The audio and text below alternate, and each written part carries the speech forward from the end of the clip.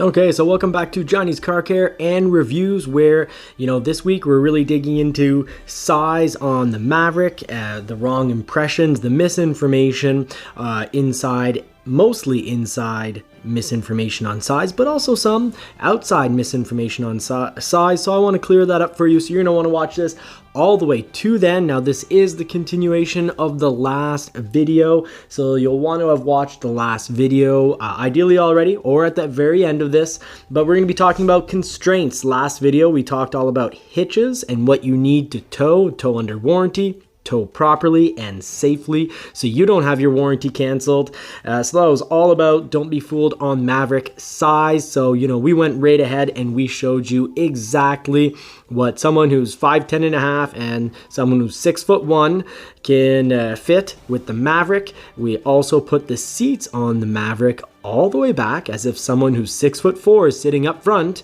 and how much that leaves for space in regards to space for someone who's 6'1". So me and my brother tested this all out for you. Now, today's video, this is the continuation, so we really got to talk about constraints, because last video we were talking all about delivery times for hybrids, whether it's going to be January, February, or March. When is it getting built? But let's just jump right back into that, because this is must-know information, so you're at the right place. Furthermore, we were talking about delivery times earlier, made it pretty clear. January, they're going to start arriving if you already had a VIN as of last Thursday, October 21st. And if you didn't have a VIN, but you did order before last Thursday, October 21st, well, Ford's big plan is to get those, at least definitely for my region, to get those built. And then you can figure up to a month delivery, give or take. Now, let's specify something pretty important, and that's constraints. Constraints can throw that all out the window. So you want to really pay attention here, and I'm going to read it off to make sure I don't make a mistake. This stuff is really important to me. I want people to be, informed. And when you're informed, at least you can make the right plan. So you don't end up I'm on to my second used vehicle for Marie because, well, I planned on getting a plug-in escape and it just didn't show up. So, and now my Maverick's been passed. Speaking of that, our hybrid Maverick got passed, and we had the luxury package, and we got passed by one that has spray-in bed liner and the hitch. And nothing else on the XLT. Same color, so it's not a color issue. They're 2 months before us, after us, and we're 2 months before. And anyways, we got passed. Hard to know exactly why. These two EcoBoosts that have come in, that you're seeing, the white one and the Area 51. What's interesting about those is they both have the luxury package.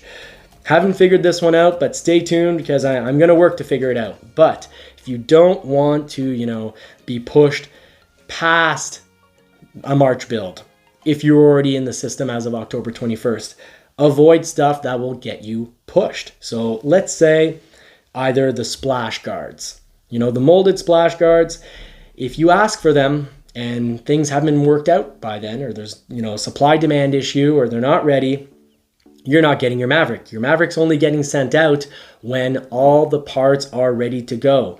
Secondly, bed tray liner. So that's the plastic bed liner. Forget it.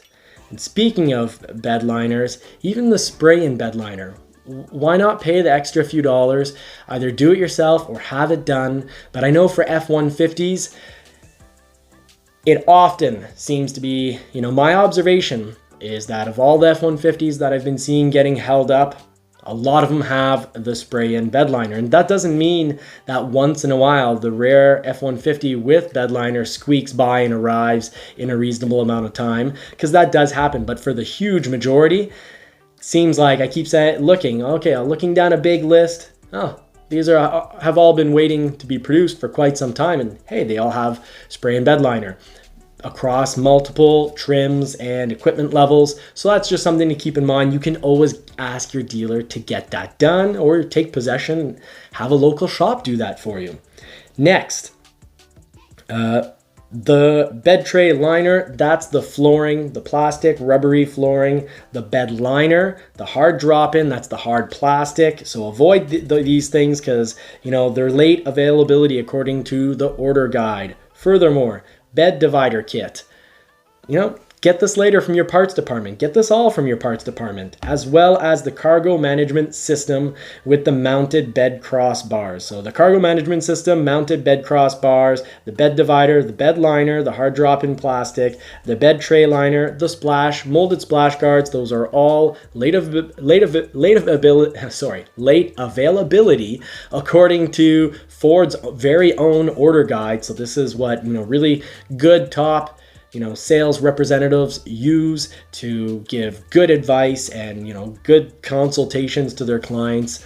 This is made for them, and it's right on the sheet. It's right from Ford, and you can get it all from your parts department. And your parts department will get it around the same time that the factory gets it. So avoid it, and we can really hope that we get a build for March. Or if you already have a VIN, that you start, that these hybrids start getting delivered in January. But all those constraints are also true if you're part of the EcoBoost crew.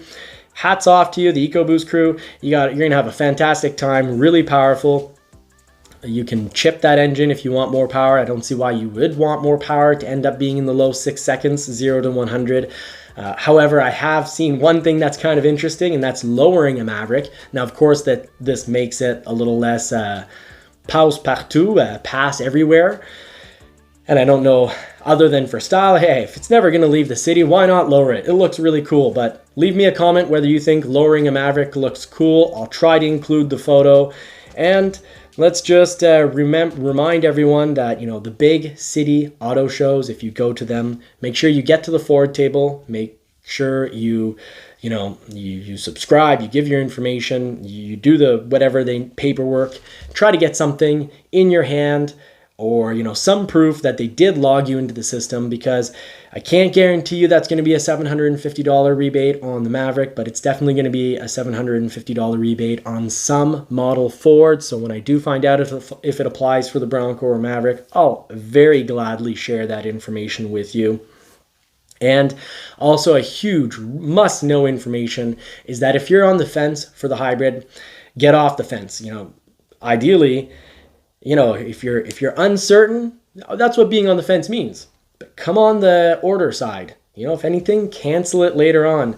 But we're going to be running out. Ford themselves said early November they'll probably be out of hybrid capacity to build hybrids for 2022. So after that, you're looking at 2023. So get your order in real soon for your hybrid. I've driven it. I've driven both. I've driven the EcoBoost. I've driven the hybrid. I've got, videos for this. So if you want to check those videos out, I found the drive to be fantastic. And I haven't found, I haven't found defects in the vehicle, like interior plastic, which was one of the comments, so I wanted to answer that. I haven't found any defects. I found the drive to be really comfortable. The seat's really comfortable. There wasn't very much left-right sway. Acceleration was great. Vehicle was smooth. The hybrid, couldn't believe it. And, you can go ahead and watch that video.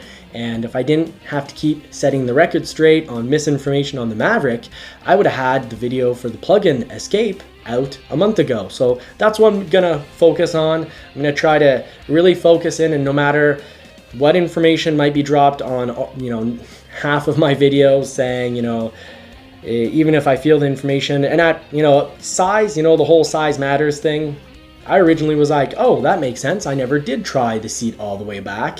And, maybe someone over 5 foot wouldn't fit back in there. Wow, that's great information. So, I wrote back a comment like, hey, thank you so much for the information. But this is why we need to be careful. And ideally, when we can, test or make sure that that we're right in our information. But at the same time, hey, we're a community and we can help each other out. So I automatically assumed that it must be the case, but I said I'm going to test it just in case to find out, is the cutoff 5 foot? Is it 5'2"? Is it 5'4"? I want to share this information and make sure we get it right, because I don't want people ordering for the wrong reasons, and I don't want people canceling for the wrong reasons. I want us all to be happy. So trying to get it right. We do know that, from this video, you can see someone who's 6'1", definitely just squeezes into the back seat if someone 6'4" is in the front and absolutely has to have the seat all the way back. But when myself at 5'10", 5'11" with shoes, but 5'10" and a half, when I'm sitting in the front and I left myself, you can see about 5 inches, 6 inches, about 6 inches before my knees hit the dash. My brother in the back had 2 to 3 inches. So I think someone who's 6'4" is willing to sacrifice a bit of, not just stretching out their legs, but is willing to sit a little closer to the dash and maybe leave just 2 inches. I bet that someone who's 6'1" would still fit in the back. Now, 2 people, 6'5", front and back. What are you, driving around football players? Come on. So that covers everything for tonight. I want to get this done before supper. I hope seeing Winston again didn't bother too many of you, and I wish you all a fantastic week. I'll be back at this with a review on the plug-in Escape hopefully before my next talk semi-live show with y'all. And thank you for watching. Thank you for hitting that like button. Thank you for subscribing, and I hope you all get to put the pedal to the metal. And I wish you all more cars and more power. Until next time, take care.